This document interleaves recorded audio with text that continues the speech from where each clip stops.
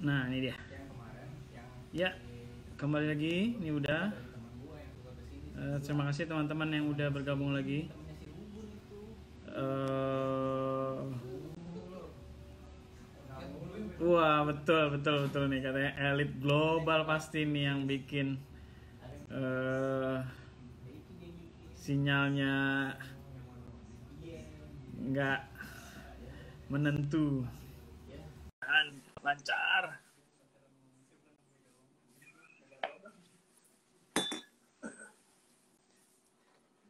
Bismillah, lancar.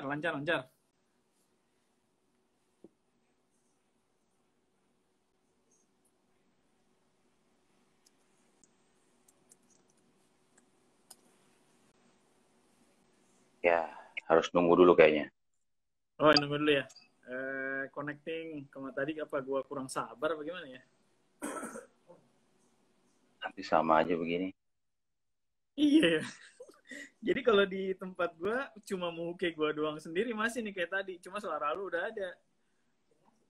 Gue cuma bisa lihat muka lo doang, muka gue aja belum keluar di tempat gue. Iya benar. Nggak, itu yang kemarin apa ada ngobrol itu yang sama artisnya dari mana tuh? Seniman musik dari Amerika apa? Iya, karena itu trouble nggak? Oh, ini gagal suaranya dia hilang lagi. Wah, dari dia pakai jalan dua-duanya wifi sama data jalan dua-duanya gue begitu soalnya gue jaga jaga mati langsung pada satu lagi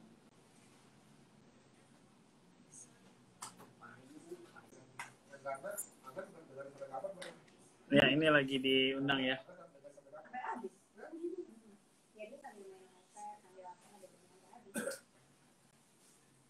Deng deng deng deng deng deng.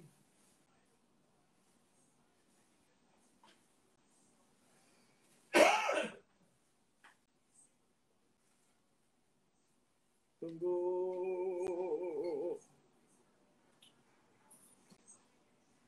Kita udah ngundang lagi tapi masih nunggu. Semoga kali ini lebih lancar.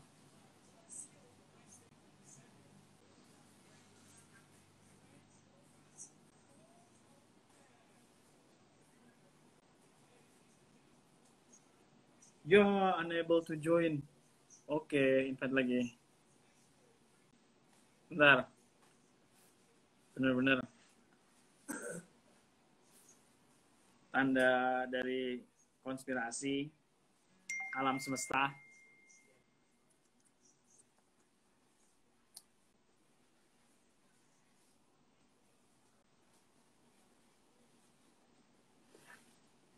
Kenapa?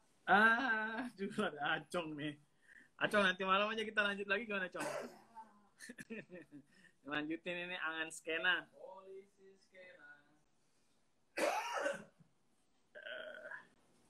Kenapa ya? Kok gue ini gue? Iya ya. Tapi lo bisa dengar gue? Bisa, tapi mungkin lo pakai paket data atau pakai wifi rumah ya? Wifi rumah ya? Ntar dua-duanya gue nyalain. Dulu-dulunya lo nyalain Coba ya gue harusnya. coba dari akun yang lain deh. Lu live aja terus ya. Ya, oke, siap. Jadi kenapa tadi kenapa ya?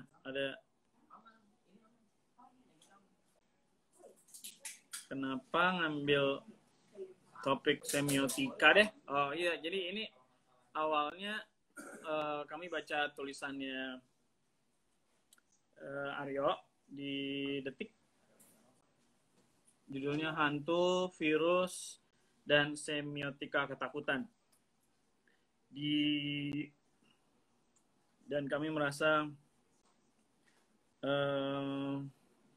tulisannya segar banget di antara semua tulisan-tulisan yang udah pernah ada gitu ya di era corona ini. Tulisannya Aryo ngambil angle yang cukup berbeda. Coba kita undang Aryo. Aryo menggunakan akun yang berbeda nih. Semoga keluar juga sama gue. kagak bisa juga ya. Kagak bisa juga ya. Apa guanya atau elunya ya ini? Nggak tahu nih apa ya. Gue juga bingung nih. Pak, HP gue kenapa ya, Pak? Harus ada yang gue. Emang harus ada yang di approve atau gimana? Enggak sih, biasanya normal-normal aja. Kalau speednya jelek banget di rumah itu biasanya kalau di speed test ya itu di bawah 1 atau 1,5 gitu. Ya paling dia gambarnya pecah-pecah gitu, tapi suaranya ada gitu. Biasanya nggak ada yang harus di apa-apain biasanya. Tapi nggak tahu juga nih kalau yang ini. Kenapa? Soalnya kalau di gua kayaknya sih ya normal ya, Yo ya. Enggak, suara gue lu denger kan? Dengar suara Ya lu. udah, kita mulai aja. Memang ini apa? Udah nasibnya sebelah mata nih. Gitu ya. Oke, yuk gimana yuk? Kita lanjut aja nggak apa-apa lah ya emang. Iya, makanya. Gimana yuk? Jadi kesibukannya sekarang ngajar, apakah ada ngajar-ngajar jarak jauh atau memang lagi nulis aja? Gue semester ini benar-benar harus selesai, jadi gue cuti. Oh, cuti. Cuti. Tapi ini posisi maksudnya di Indonesia kan, di Jakarta? Di Jakarta, iya Jakarta. Oh iya. Fokusnya ngelesain disertasi. Ya. Kalau apakah gue waktu itu pernah ketemu waktu lo pemutaran film, kalau nggak salah itu bagian dari disertasi ya, Yo ya, yang di NYU itu? Iya betul. Nah itu maksudnya ini masih rangkaian itu kan? Betul. Topik nggak berubah itu ya kalau nggak salah? Nggak, tentang Majelis Habaib di Jakarta. Iya, tentang Majelis Habaib ya. Oh oke. Semoga lancar, Yo. Ya, mudah-mudahan. Gue nggak berani ngomong. Selesai atau tidak selesai harus dikumpulkan. Gue nggak berani ngomong lebih jauh buat orang-orang yang sedang menyelesaikan doktor karena alhamdulillah lo tau lah. Perjuangannya itu sangat berat dan berliku-liku dan kadang-kadang tergantung profesor juga, jadi ya udah ya. Yuk, ini gue sangat tertarik banget sama tulisan yang lo buat waktu itu di Detik berjudul Hantu, Virus, dan Semiotika Ketakutan. Lalu tadi pas gue tulis tema acaranya Hantu, Virus, dan Semiotika, juga ada yang nanya gitu, kenapa kok semiotika gitu. Nah itu juga yang sebenarnya jadi awal kenapa kita tertarik, kayaknya perlu diajak ngobrol nih, kita bisa belajar nih untuk angle semiotika ini dalam kasus corona, dan ada kaitannya, lu mengaitkannya dengan bagaimana ketakutan diproduksi di sebuah film. Itu menarik banget, belum pernah kita baca sebelumnya di analisa-analisa tentang corona gitu. Jadi boleh ceritain sedikit nggak, selain orang mungkin nanti bisa baca ya, tapi boleh ceritain sedikit, nanti kita lanjut ke situasi terkini gitu, dan bagaimana membaca tanda-tandanya itu. Iya, jadi sebetulnya kan masalahnya gini ya, sebetulnya nggak cuma di Indonesia ya, tapi juga ya banyak di belahan dunia lain gitu. Orang itu atau bisa dikatakan bahwa sebetulnya ada kesalahpahaman yang cukup besar yang dalam orang memahami antara semiologi sama semiotika. Sebetulnya yang paling parah itu kan sebetulnya adalah orang menganggap bahwa berbahasa itu adalah soal sekedar makna gitu kan, soal sekedar memproduksi arti gitu. Padahal sebetulnya kan yang paling penting dari bahasa itu kan sebetulnya dia adalah soal logika. Jadi ilmu tanda itu adalah ilmu logika. Nah, Charles Sanders Peirce ini, orang biasanya ngomongnya Peirce ya, tapi sebenarnya bacanya yang sebenarnya Peirce. Nah, Peirce ini sebetulnya dia dia bilang di apa namanya di tulisannya dia itu bahwa sebetulnya semiotika itu soal logika. Dan logika itu kan bisa di apa namanya logika itu bisa terjadi secara alamiah, secara natural atau secara kultural atau secara sosial gitu. Kayak misalnya anak-anak itu baby itu belajar bahasa itu, orang kan selalu berpikir bahwa lebih banyak orang berpikir bahwa belajar bahasa itu sebetulnya dia memahami langsung yang namanya apa namanya arti. Misalnya ayah itu apa, daddy itu apa, father itu apa. Tapi anak gue si Aaron ini 2,5 tahun lebih, 2 bulan 3 bulan dia kalau manggil gue ya papa, kadang-kadang jadi daddy. Tapi sebetulnya kan dia belajar itu dari lagu kan. Nah ini yang hebatnya dari lagu Baby Shark. Lagu Baby Shark itu sebetulnya kan tentang komparasi ukuran. Jadinya anak gue itu selalu kalau ngomong yang besar-besar, dia selalu ngomong misalnya aku kue daddy. Karena di lagu itu cake daddy. Karena dia di situ kan lagu itu kan sebenarnya kan anak-anak tuh belajar secara logika bahwa yang namanya daddy shark itu paling besar, terus setelah itu paling kecil mama, terus abis gitu ada grandpa, grandma, terus dia paling kecil si baby itu. Jadi dia sebenarnya belajar size. Dia tidak pertama kali itu dia belajar membandingkan ukuran, membandingkan bentuk gitu. Nah, ketika dia sekarang terus kemudian menerapkan itu di dalam membaca tanda-tanda di sekitar dia, apakah itu makanan dia, orang-orang di sekitar dia. Jadi dia itu menggunakan komparasi itu untuk bisa memahami makna-makna dari tanda-tanda di sekitar kita. Jadi orang itu belajar bahasa itu nggak langsung tiba-tiba belajar mengenai arti ya, tapi mengenai logika dulu. Dan logika itu soal perbandingan. Makanya di dalam tulisan itu gue mengatakan bahwa meskipun ada politisi yang mencoba mengkontrol makna mengenai corona, tetapi kan masyarakat belajar membandingkan antara apa corona yang terjadi di sini dan terjadi di sini dan terjadi di belahan dunia lain, dan perbandingan itu yang kemudian melahirkan makna yang berbeda dari makna yang coba dikontrol oleh politisi gitu. Nah, makna-makna itu sebetulnya cara berlogika itu sebetulnya terjadi di dalam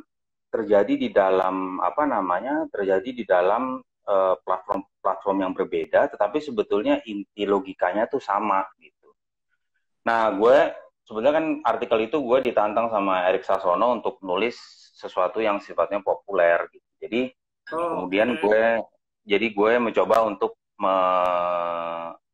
mengungkapkan bagaimana sebetulnya logika ketakutan itu sebetulnya sama beroperasinya pada orang membuat film hantu, sama kemudian bagaimana orang handling atau mengatasi gitu, atau menggunakan tanda-tanda, memproduksi tanda-tanda di sekitar wabah corona ini. Makanya gue melakukan perbandingan itu antara semiotika ketakutan dalam nonton film horor atau thriller, sama orang kemudian menyaksikan drama dari wabah ini. Ya, oke. Kalau di tulisannya kan sebenarnya kalau teorinya Peirce itu tadi ada 3 kan, ada gejala, tanda, lalu objek sebagai objek dan interpretasi kita gitu ya. Yeah.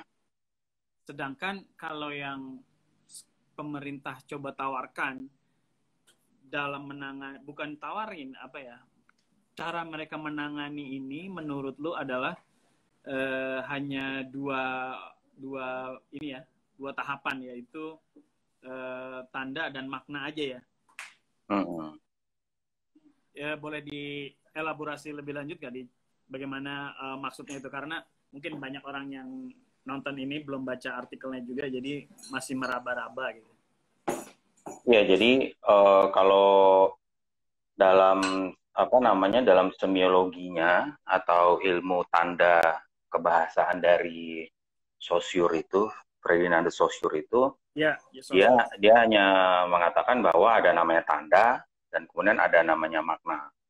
Jadi misalnya ada kata di buku tuh sapi. Nah, itu artinya adalah di kepala kita ada bayangan mengenai sapi yang tipikal sapi itu. Iya. Iya kan? Atau Ya, kita betul, membayangkan bahwa ketika kita teleponan gini, lu ngomongin soal sapi, di kepala gua udah muncul gambar sapi gitu kan ya. mana sapi. Nah, tapi dia berfokus kepada bagaimana mencari sapi yang sangat tipikal itu. Jadi kita membayangkan bahwa ada yang paling gampang gini sebetulnya. Kalau kita ke kamar mandi, di Saussure, apa namanya ilmu tanda yang Saussurian itu, ya itu tanda ikon perempuan laki-laki di kamar mandi itu udah cukup. Karena dia mentipifikasi, membuat tipe ideal dari perbedaan seksualitas. Oke. Iya. Tapi kalau menurut semiotika, itu nggak cukup dua tanda itu. Karena objeknya, yang disebut manusia itu, preferensi seksualitasnya kan banyak banget. Iya. Iya, jadi banyak kan, makanya sering terjadi orang kemudian, ya kalau misalnya dia merasa, saya perempuan, tapi saya punya alat kelamin laki-laki, saya harus masuk mana? Nah, itu kan sebetulnya ya kita sebutnya sebagai krisis Saussurian gitu. Iya, Karena orang nggak bisa ditipifikasi gitu. Ya, itu jadi kasus besar bahkan di Amerika ya, bagaimana yang kasus yang bermula dari toilet gitu kan, kepentingan toilet itu. Nah, itu yang jadi yang kenapa kemudian Peirce itu memasukkan objek dan melihat proses pemaknaan itu dalam apa triangle trikotomis itu, karena dia melihat bahwa pentingnya untuk menghubungkan yang disebut dengan objek itu sendiri. Meskipun yang namanya objek itu memang bukan objek yang benar-benar objek ya, itu ada apa namanya, ada perdebatan yang panjang ya. Tapi untuk kita sederhanakan, sebetulnya ya dia ngomongin soal objek, meskipun objek yang diomongin itu hanya sebetulnya lebih kepada karakter dari si objek itu. Tetapi minimal itu menjadi lebih kompleks ketimbang bicara mengenai bicara mengenai hanya makna-makna yang tipikal itu, bahwa seks itu hanya ada laki-laki dan perempuan gitu. Yeah. Nah, dalam trikotomi semiotiknya Peirce itu, ya seksualitas itu harus tanda dari seksualitas itu bisa sangat beragam karena objeknya juga memiliki karakter yang beragam. Oke. Okay. Kira-kira gitu. Nah, hubungannya kemudian dengan dengan kasus corona di Indonesia itu, ya sebetulnya juga di Amerika ya, dengan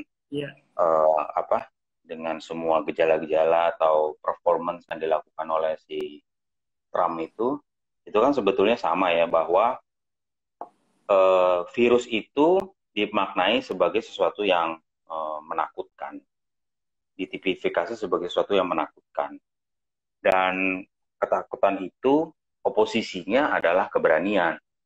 Makanya kemudian si Trump itu selalu mempertunjukkan nilai-nilai keberanian terus-menerus kan. Dia selalu merasa dia harus bisa lebih spektakuler daripada si virus itu. Dia harus bisa lebih besar, lebih berani, lebih bisa terlihat lebih punya pengetahuan yang besar daripada si virus-virus itu. Padahal kenyataannya semua expert itu mengatakan bahwa kita masih belajar mengenai virus ini gitu. Sehingga kemudian kita tidak bisa membuat pemaknaan yang tepat kalau kita belum bisa memahami virus ini sebetulnya memiliki karakter seperti apa saja gitu. Ya di Indonesia juga sebetulnya kan begitu kan, pertunjukan keberanian itu kan yang sebetulnya ditunjukkan Iya, di lewat awal-awal ya. di awal-awal itu.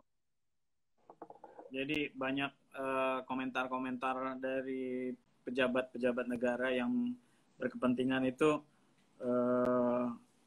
terkesan meremehkan gitu. Seperti ya dia nggak kuat di wilayah tropis, lalu karena orang Indonesia suka minum jamu jadi dia kebal gitu terhadap virus corona, lalu bahkan mencoba membuat lelucon-lelucon misalkan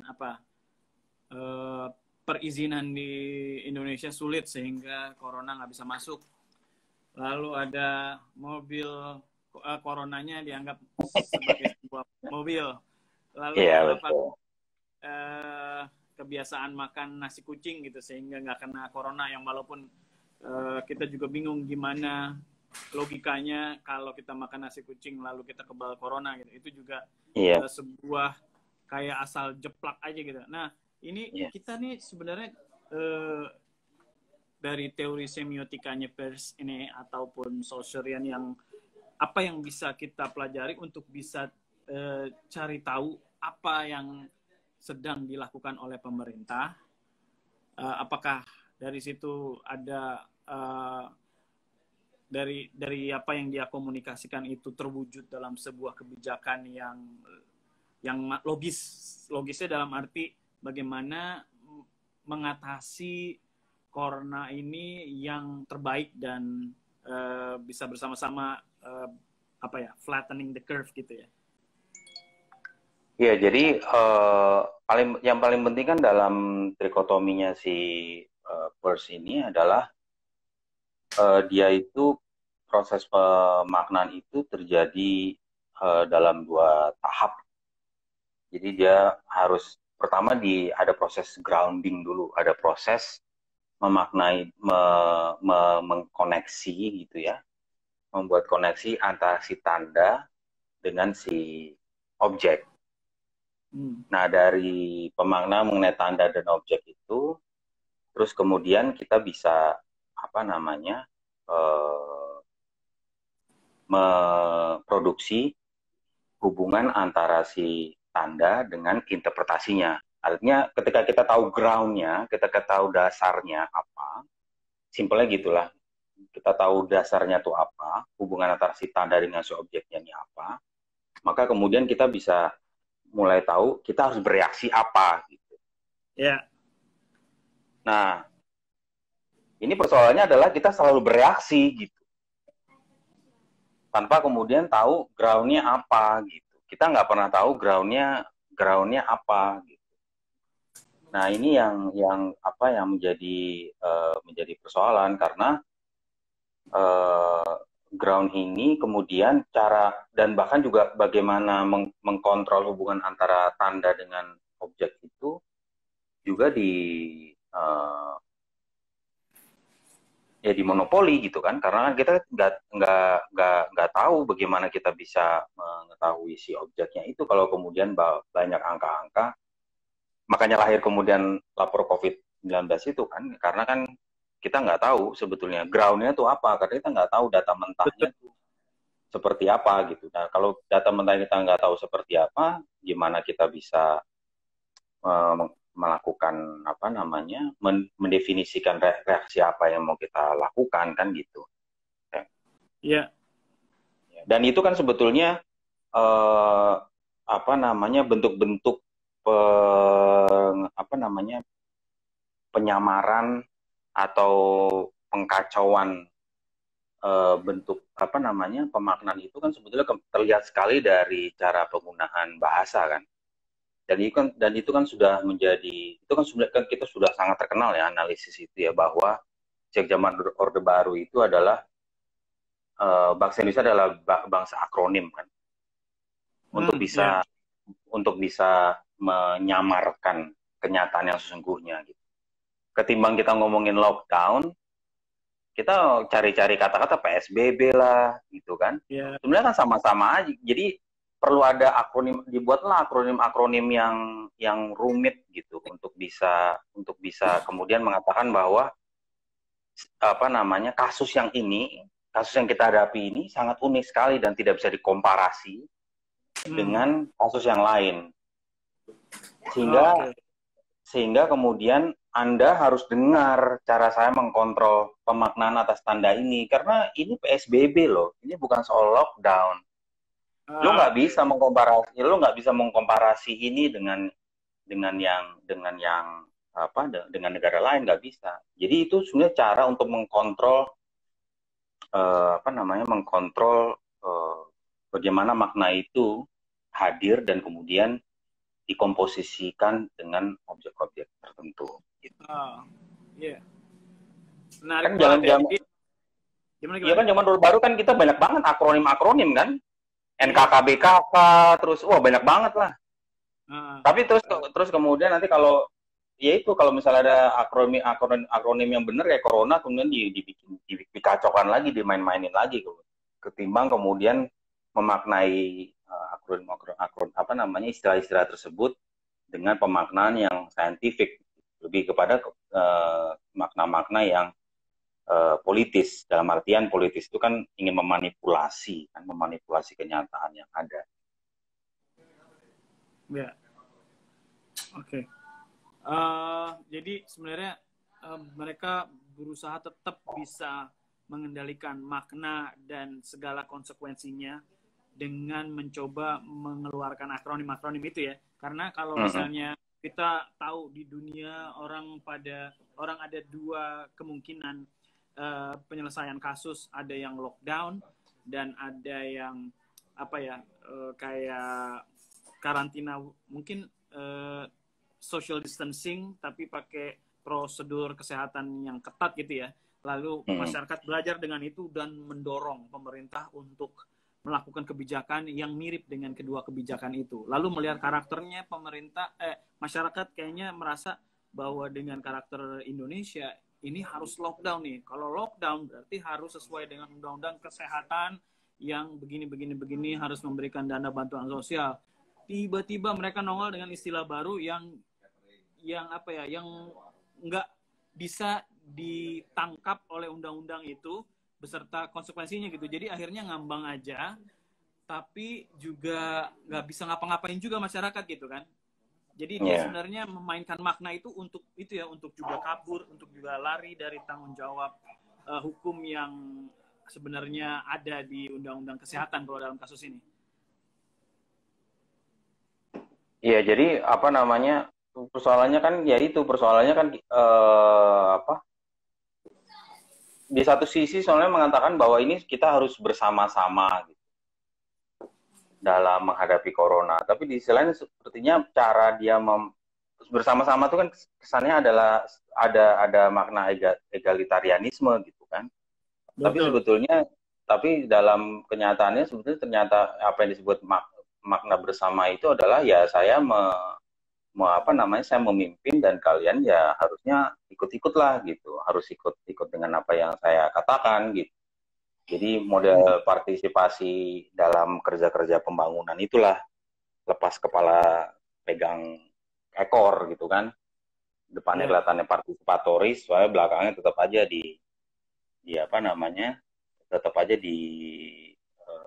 dijagain supaya hasilnya sesuai dengan apa yang dimauin oleh si pemberi donor kan gitu. Iya. Yeah. Nah, persoalannya adalah sebetulnya kan kita yang bersama itu kan sebetulnya menariknya, misalnya kayak misalnya kita naik pesawat gitu ya. Kita naik pesawat. Artinya gini kan,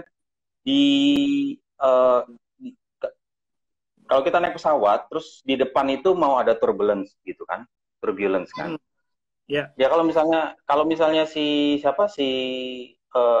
pilotnya selalu ngomong, oh iya ini kita nggak apa-apa, kita semua santai-santai, tiba-tiba ada turbulence, oh nggak apa-apa kan orang kan malah makin makin Panik. ini kan orang malah makin panik gitu. Tapi kalau misalnya sebelum ada turbulence terus si pilot bisa bilang kita akan menghadapi turbulence bersama-sama.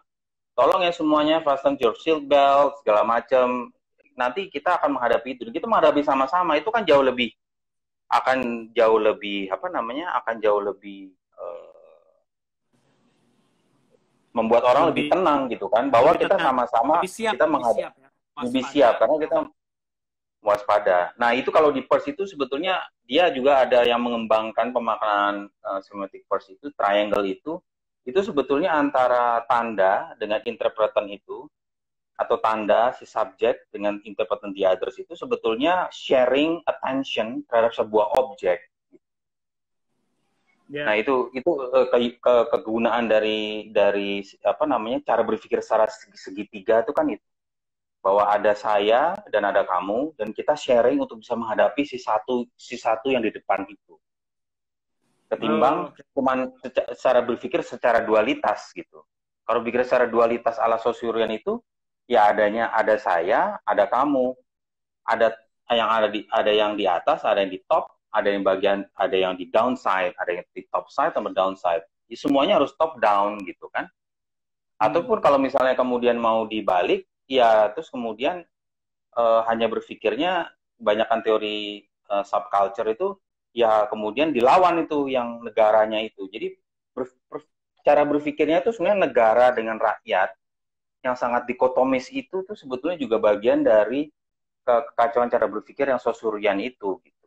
Seakan-akan ada satu entitas yang disebut negara dan ada satu entitas yang disebut dengan rakyat gitu. Padahal rakyat itu beragam, negara pun beragam gitu kan. Nah, nah apa namanya keberagaman itu yang sebetulnya nggak bisa ditangkap dengan cara berpikir dualitas, tapi bagaimana kita bisa menangkapnya secara apa namanya secara trikotomisnya si PERS itu. Oke, ya. Jadi kalau gua tangkap adalah apa yang dilakukan oleh pemerintah dengan memonopoli informasi juga dan pemaknaan itu, yaitu Saussurian dengan dua top down aja. Lalu sebenarnya yang rakyat harapkan adalah trikotomisnya PERS itu ya, yang tiga itu, sehingga rakyat punya pengetahuan yang cukup tentang apa yang harus dilakukan, tentang siapa dia, lawannya, musuhnya corona ini siapa, lalu kita punya pengetahuan yang cukup untuk bersiap-siap menghadapi ini dengan segala maju mundurnya, turun naiknya. Kadang dulu katanya boleh hanya orang sakit aja yang pakai masker, lalu tiba-tiba ada perubahan semua orang pakai masker. Itu kan sebenarnya turun naik kebijakan yang warga harus ikut gitu ya. Tapi kalau warga dibekali dengan literasi yang baik, warga jadi lebih siap. Dan kalau menurut teori itu mungkin warga memakai teorinya PERS itu ya, trikotomis itu ya. Dan begitu kira-kira. Iya, dan sebetulnya kan jadi yang paling penting adalah bagaimana masyarakat itu bisa dia tahu bahwa kalau dia pakai masker itu dia memakai itu bukan karena perintah, bukan karena ada tanda yang meminta dia untuk bisa memaknai, bukan ada perintah bahwa masker itu harus digunakan, bahwa masker itu adalah sesuatu yang penting di dalam situasi wabah ini. Tetapi masyarakat seperti lo bilang tadi butuhnya literasi kan di situ kan, bahwa masyarakat itu bisa punya pemahaman yang baik mengenai kenapa harus menggunakan masker itu. Nah, pengetahuan baik itu adalah sebenarnya pengetahuan yang grounded sebetulnya gitu kan, yang komprehensif mengenai apa sih masker itu dan bagaimana masker itu memang sangat penting di dalam pencegahan corona ini gitu. Ketimbang cuman lo harus pakai masker, lo pokoknya sekarang udah harus pakai masker aja gitu. Sedangkan kita nggak pernah ada briefing kan gitu. Yang ada sebetulnya kan kayak accounting culture gitu aja kan, ngitungin ini. Tapi kita nggak pernah ada briefing apa sebetulnya yang mau kita hadapi kan, seperti Andrew Cuomo itu yang governor di New York itu. Itu kan dia selalu dia bilang gitu. Cuomo itu sampai pada satu titik dia sampai bilang Saya sekarang akan ngomong facts nih. Saya akan ngomongin data, saya ngomongin fakta-fakta. Interpretasi orang bisa macam-macam deh.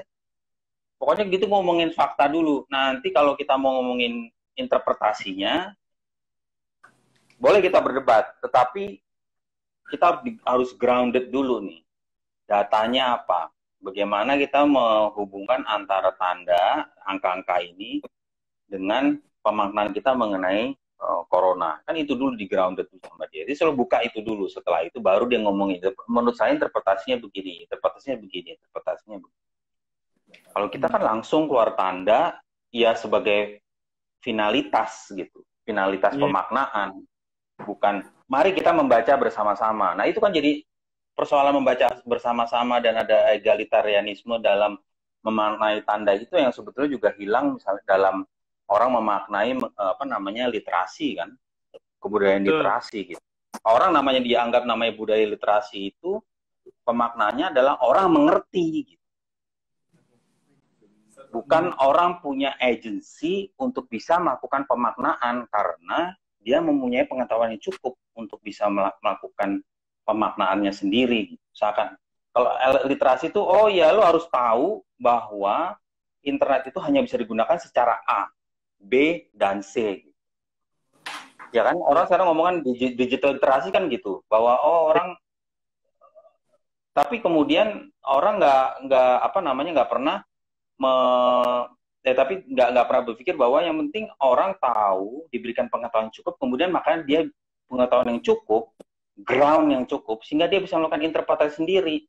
Kan akhirnya kan pemerintah capek itu nutupin apa namanya link-link internet kan, karena filmnya satu link ditutup orang dia bisa bermultiplikasi kok.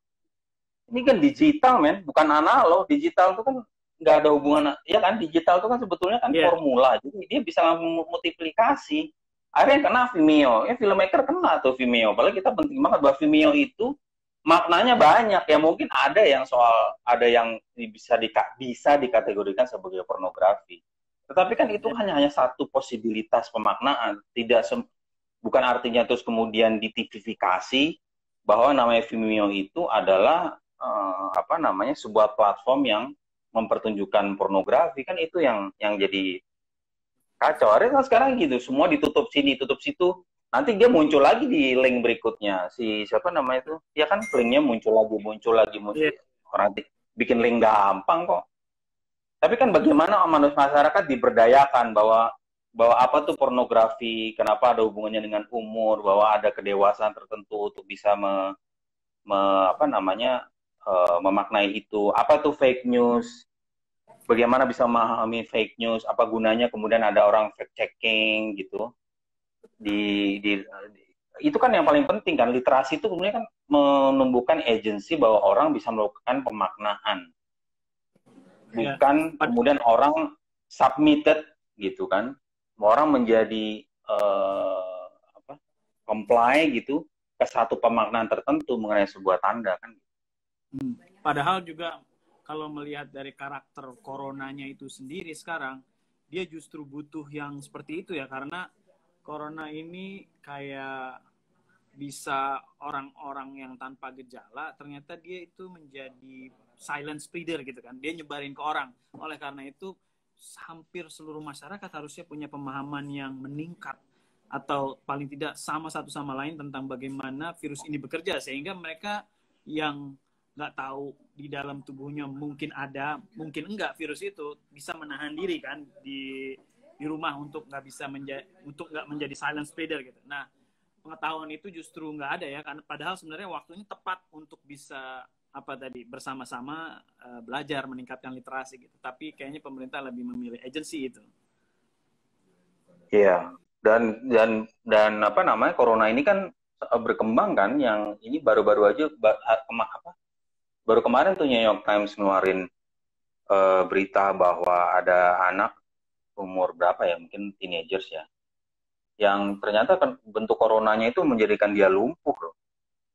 Oh ya, gue belum baca tuh ya. Iya, jadi dia pertama dia ada merah-merah di hidungnya, terus kelihatan matanya berair merah, terus kemudian muncul di bagian tangan segala macam. Akhirnya tuh lama-lama dia lumpuh. Dan setelah apa namanya, setelah dianalisis oleh dokter, apa namanya ya, itu corona, tetapi tidak hanya menyerang paru-paru, tapi dia menyerang seluruh sistem tubuh, apa namanya, si pasien atau si korban. Pasien. Ya, jadi apa namanya, ya ini betul-betul kita benar-benar belajar, benar-benar proses belajar gitu, bagaimana kita menghadapi corona ini bukan berdamai, tapi sebenarnya proses belajar bersama gitu. Iya, betul. Dan kalau kita lihat, bahkan yang terakhir gitu ya, datanya kalau kita lihat hariannya itu makin meningkat. Data hariannya misalnya dari dulu awalnya 100 per hari jadi 200, bahkan belakangan ini udah hampir 450 sampai 500 peningkatan kasusnya sehari, tapi kebijakan yang terjadi malah dilonggarkan gitu. Itu jadi kayak bukan hanya nggak sesuai dengan faktanya kebijakan yang diambil, tapi justru bertolak belakang gitu. Jadi emang justru ngambil yang lebih jauh lagi, yang kayak lebih susah untuk trikotomisnya gitu. Karena kan kalau trikotomis tadi karakternya lebih kita ngajak bareng-bareng bagaimana mengambil kebijakan, ini malah sebuah kebijakan yang nggak bisa dipertanyakan lagi karena dia yang memonopoli makna itu, walaupun sebenarnya faktanya sangat jauh berbeda gitu dari fakta yang ada tuh, harusnya kebijakannya nggak begitu gitu. Ya, dan makanya kan dan orang tuh akhirnya kan orang-orang yang di front lines itu, para pekerja medis itu, ya mereka sampai udah ya terserah lah Indonesia mau ngapain lah. Iya, akhirnya ada Indonesia terserah gitu ya. Indonesia terserah itu kan sebetulnya kan gitu, karena ya nggak pernah dipikirkan gitu di realnya di lapangan bahwa bagaimana para pekerja medis itu yang harus mempertukarkan nyawa mereka dengan kebijakan-kebijakan itu tuh nggak diperhitungkan gitu. Ya, yang paling terakhir adalah berdamai dengan corona itu ya, sebenarnya yang dilakukan oleh pemerintah. Itu yang jadi pertanyaan, bahwa seolah-olah kalau berdamai dengan corona adalah kita bisa bernegosiasi dengan corona gitu, lalu kita misalnya ada mencapai kesepakatan gencatan senjata dengan corona gitu. Itu kan seperti itu kan. Pada kenyataannya nggak seperti gitu, karena kita nggak bisa mengelola dengan baik si objeknya itu kalau kita nggak pernah melakukan tes gitu kan. Jadi karena keterbatasan tes itu, makanya kita disuruh di rumah. Ini kan kita enggak, jadi kita nggak tahu seberapa besar musuhnya, tapi kok bisa kita berdamai gitu. Itu kira-kira itu makanya. Iya, karena berpikirnya apa namanya, berpikirnya ya itu lagi secara dikotomis itu, bahwa bahwa saya manusia, bahwa virus itu non-human. Ya, karena dia non-human, ya kita bisa mendefinisikan si corona itu sesuai dengan apa yang kita mau, karena kita manusia kan, antroposin gitu. Kita jadi semua senternya adanya di antroposentrik ya, jadi semuanya ada di manusia. Ya, kemudian bisa berdamai atau tidak berdamai itu seakan-akan keputusannya dari si manusia gitu. Padahal coronanya belum tentu dia mau berdamai kan. Kita nggak pernah, gimana kita tidak pernah tahu, kita tidak pernah bisa sampai kepada pengetahuan yang cukup untuk mengetahui sebetulnya gelagat apakah si corona ini punya gelagat untuk berdamai atau tidak gitu kan. Itu yang tidak pernah diketahui. Orang kita tidak bisa membaca tanda-tanda apa yang kemudian, yang tanda-tanda dari si corona ini yang bisa mengindikasikan menjadi indeks bahwa dia mempunyai intensi bersedia untuk diajak berdamai gitu. Yang tanda-tanda yang dibaca lagi-lagi tanda-tanda krisis ekonomi, tanda-tanda krisis kekuasaan kan itu. Iya, berusaha melakukan relaksasi untuk perputaran ekonomi gitu ya, pertumbuhan ekonomi. Iya. Dan nggak tahu ya. Ya paling kita kayaknya sih, kita sebagai rakyat ya, itu sebetulnya kan maunya ya kita sama-sama gitu, kita nggak pernah mau. Aku juga nggak tahu tuh gimana ya orang penggalangan dana sedemikian besar segala macam, kita pun nggak pernah ada. Emang ada ya caranya untuk menavigasi sebetulnya bagaimana sebenarnya inisiatif donasi yang segitu terpencar-pencarnya itu dinavigasi menjadi satu pengetahuan tuh udah ada belum usaha untuk itu ya? Untuk itu kan sebenarnya kan usaha untuk membaca tanda-tanda partisipasi publik kan gitu. Iya. Kita hanya tahu gejalanya itu, tapi kita nggak pernah tahu realnya bagaimana itu semua terjadi, itu kita nggak pernah tahu kan. Kita hanya tahu di kita bisa ada ini ada itu, tapi kita nggak pernah ada usaha untuk bagaimana itu menjadi rangkum menjadi sebuah bagian dari kerja governmentality gitu. Itu kesannya itu hanya partisipasi, oh iya lo bantu kita gitu. Tapi cara menggoverning, cara mengaturnya itu tetap di antara kita gitu. Nggak pernah ada. Nggak tahu apakah itu sudah ada, apakah bantuan-bantuan atau partisipasi masyarakat itu sudah dikonvert jadi sebuah pengetahuan kemudian bisa dibicarakan secara publik, kan nggak ada kan. Kita hanya lihatnya kesannya remah-remah sini sana kan. Iya, belum yang misalnya jadi sebuah knowledge atau jadi sebuah kekuatan yang terinstitusionalisasi. Betul. Ya itu belum sih, kayaknya belum, masih sporadis dan masyarakat juga. Kalau besar banget kan? Besar, dan tapi ya punya, kalau staminanya jangka panjang akhirnya juga jadi menyusut gitu kali ya, karena itu kan di awal mungkin masih ada, tapi belakang-belakangan berbagai inisiasi itu juga mulai seret gitu, karena memang udah berubah lagi orientasi prioritas masing-masing masyarakat yang dulunya bisa berdonasi juga lebih lingkupnya jadi semakin kecil gitu ya, karena memang juga menyelamatkan lingkungan terdekat lagi gitu. Dulu mungkin masih ada dana buat yang keluar gitu ya, jadi itu tuh sekarang juga semakin menurun gitu, dan semakin banyak kesusahan sebenarnya orang-orang. Itu sih kalau ngelihat dari berbagai donasi yang ada gitu.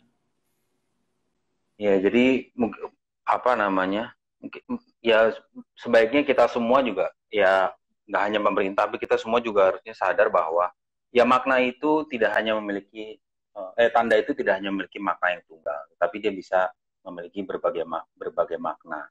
Satu tanda bisa berbagai makna. Berbagai makna itu sangat tergantung bagaimana si subjek yang memaknai itu menggrounding atau membumikan hubungan antara si tanda itu dengan objek tertentu, sehingga kemudian menghasilkan makna tertentu. Nah, ini sebetulnya kearifan untuk bisa menerima bahwa kita tidak bisa mengontrol pikiran orang, kita nggak bisa mengontrol logika orang, karena orang bisa menggrounding sebuah tanda itu dengan berbagai objek-objek yang berbeda-beda, sehingga kemudian bisa menghasilkan reaksi dan interpretasi yang berbeda-beda.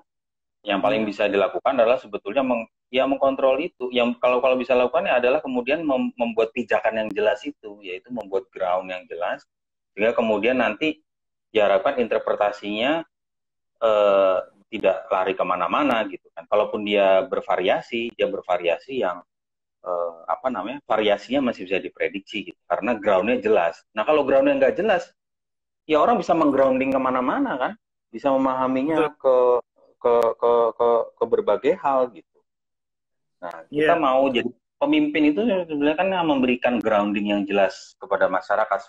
Kemudian masyarakat bisa punya kemampuan untuk menginterpretasi sesuai dengan apa berdasarkan grounding yang ada.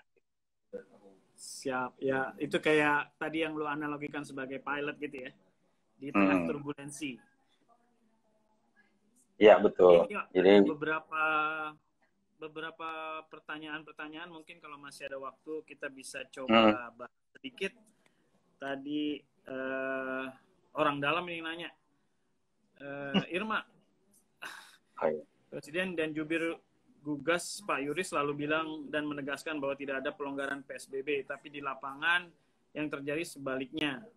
Menhub bawahan Presiden malah membuka bandara, jalanan ibu kota ini, meskipun didenda. Lain di mulut, lain di lapangan. minta tolong dijelaskan dari perspektif Saussure. Perspektif Saussure itu kalau mungkin maksudnya di sini selain dia memonopoli, tapi juga ada ketidakkoordinasian di antara pejabat-pejabat negara dalam merespon isu ini gitu ya. Jadi justru membuat masyarakat bukan terliterasi tapi simpang siur, bingung gitu. Ini bisa terjelaskan nggak dengan teori semiotika baik oleh Peirce? Iya kan, karena seakan-akan gini, karena kan gini ya, kalau Saussure itu kan lagi-lagi dia kan lebih kepada Lange ketimbang Parol. Lange itu kan sebetulnya grammar yang strukturnya dianggap general gitu. Nah, karena generalitasnya itu, cara berpikir pemerintah yang berdasarkan Saussurian itu adalah mengatakan bahwa semua kodifikasi makna itu ada pada saya. Jadi saya yang memproduksi makna. Kalaupun makna itu kemudian tidak sinkron, dia itu kan tidak sinkron menurut masyarakat, tapi menurut pemerintah sinkron, sehingga masyarakat ikut saja gitu. Tapi yang ternyata masyarakat membacakan secara Persian, secara semiotik, bahwa ini ground-nya nggak ada. Dia nggak bisa dia tidak bisa melihat benang merahnya gitu. Dia tidak bisa mengkomparasi semua gesture-gesture, semua tanda-tanda yang diberikan oleh pemerintah yang sebetulnya semuanya nggak sinkron gitu sih. Makanya kemudian pemerintah akhirnya terus masyarakat, ya gimana ya nggak sinkron, ngomongnya semua PSBB, tapi kenyataannya dilonggarkan. Terus jadinya kan groundnya itu apa gitu. Sehingga karena nggak ada groundnya, ya udah saya bikin ground sendiri lah. Gue kangen sama nyokap gue di kampung gitu. Ya gue pulang lah gitu kan. Saya ciptakan aja ground saya ciptakan ground saya sendiri aja gitu. Daripada saya harus ikut struktur pemaknaan yang distrukturkan oleh negara, ya saya menciptakan ground saya sendiri karena saya nggak ngerti ini groundnya apa gitu. Nah itu yang makanya perlu ada kekonsistenan dalam menggrounding gitu, dalam membumikan dan menciptakan base yang jelas itu, karena dengan ada base yang jelas, dengan ada konsistensi dalam policy itu, masyarakat ngerti bahwa spektrum untuk bisa menginterpretasinya itu seberapa luas tuh bisa diukur gitu. Kalau nggak nanti, waduh, interpretasinya kemana-mana. Ya, ini ada beberapa lagi nih tanggapan. Jadi inget Roland Barthes, terus Aceng menganggap bahwa wah itu lebih dekat ke power and knowledge-nya Foucault. Lalu ada juga Adi Muadib, bagaimana kita membaca tanda-tanda di dalam cyberspace melalui kacamata semiotika yang memiliki problematika dan tantangannya sendiri. Mengingat realitas kita sekarang adalah realitas virtual. Oke, kalau Roland Barthes itu sebenarnya dia masih semiologi. Karena kan yang sangat muncul banget dari Roland Barthes itu adalah kode. Jadi dia percaya bahwa komunikasi itu encoding dan decoding kan. Dan dia menganggap dan kode dan encode itu sebagai sesuatu yang sudah terstandar. Jadi sesuatu yang sudah diterima secara general. Orang bisa memahami sesuatu itu karena bisa tahu kode-kodenya. Nah, itu yang jadi persoalan kan, karena kode-kode itu selalu berubah-ubah sesuai dengan ground yang terjadi. Ground kenapa bisa berubah? Karena pragmatisme, karena kenyataan yang kita hadapi ini selalu berubah-ubah gitu. Nah, itu yang kemudian orang juga seringkali yang di dunia cyberspace itu orang juga banyak orang menggunakan dunia cyber itu secara intuitif, karena sebetulnya gitu juga kan, perubahan begitu cepat, groundnya itu berubah cepat banget gitu, hubungan ada tanda dengan objek itu berubah dengan cepat, sehingga kemudian orang juga interpretasinya kadang-kadang jadi kacau beliau gitu. Ya, ini ada lagi Aceng tadi memberikan komen juga, pemerintah pakai kata berdamai untuk sebagai permainan tanda guna mengacaukan pikiran orang, padahal berdamai dengan virus artinya menyerah kalah. Lalu ada Epistemi Kansieti, dia bilang, Bang Aryo, apakah ini berarti bahwa negara kemudian harus kuat untuk menciptakan ground tersebut? Apakah harus menjadi otoriter? Gitu? Gimana? Yo, menurut gue ya enggak gitu. Kita justru harus terliterasi bersama-sama untuk punya ground yang sama. Tapi bukannya berarti pemerintah menggunakan segala cara untuk bisa mempunyai ground itu yang akhirnya nanti otoriter gitu kan ya. Iya, karena kan ground itu kan ground dari dari pihak negara kan, dan ground itu aja nggak jelas gitu. Jadi kalau misalnya ground dari negara aja tidak jelas, bagaimana kita mau melakukan kita mau melakukan counter grounding kan gitu. Sebenarnya kan dialog itu terjadi kan pertama ada proposisi dulu, kemudian di counter, terus kemudian ada sintesanya kan gitu. Yeah. Nah kalau misalnya nggak ada grounding yang jelas dari pemerintah, ya kita juga mengcounternya juga nggak jelas. Kemudian kemudian sintesanya apa juga jadi nggak jelas kan gitu. Jadi mungkin itu Bung Hatip tuh yang nanya tuh tadi tuh. Hatip Abdul Qadir tuh, dosen antropologi di Unbrau. Ya kalau yang namanya otoriter itu dia tidak hanya mengkontrol ground, tapi dia juga mengkontrol interpretan. Itu otoriter. Oh, iya. Jadi semua trikotomisnya itu betul-betul dikontrol semuanya. Kalau aku kan tadi bilang groundingnya aja dulu. Karena interpretasinya itu aku maunya egaliter, model emansipasi spektatornya Hongxier kan, bahwa semua orang bisa melakukan interpretasi, tapi groundnya itu harus jelas. Nah, aku ngomongin lebih kepada groundingnya yang jelas gitu. Kalau otoriter itu secara atau dengan ininya Foucauldian itu lebih kepada menguasai ketiga hubungan itu dengan secara form ya, secara trikotomis itu dikuasai semua pemaknaannya. Tiga-tiganya, iya. Tiga-tiganya. Oke, Aryo, makasih banyak atas penjelasan. Maaf ya ini. Nggak apa-apa. Kita cukup malah. Sebelah mata doang. Ya nggak apa-apa. Gue pengennya malah gue nggak perlu kelihatan di mukanya juga. Ya, kita mendapatkan banyak banget.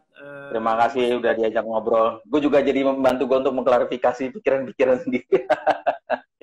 Semoga bermanfaat buat orang-orang yang dengar ya. Jadi semoga bermanfaat juga buat semua. Kita belajar bareng. Sejam, jadi ini udah tinggal 1 menit terakhir. Jadi terima kasih buat teman-teman yang udah nonton. Terus terima kasih juga buat teman-teman yang sudah memberikan komentar. Maaf mungkin belum semuanya bisa dijawab.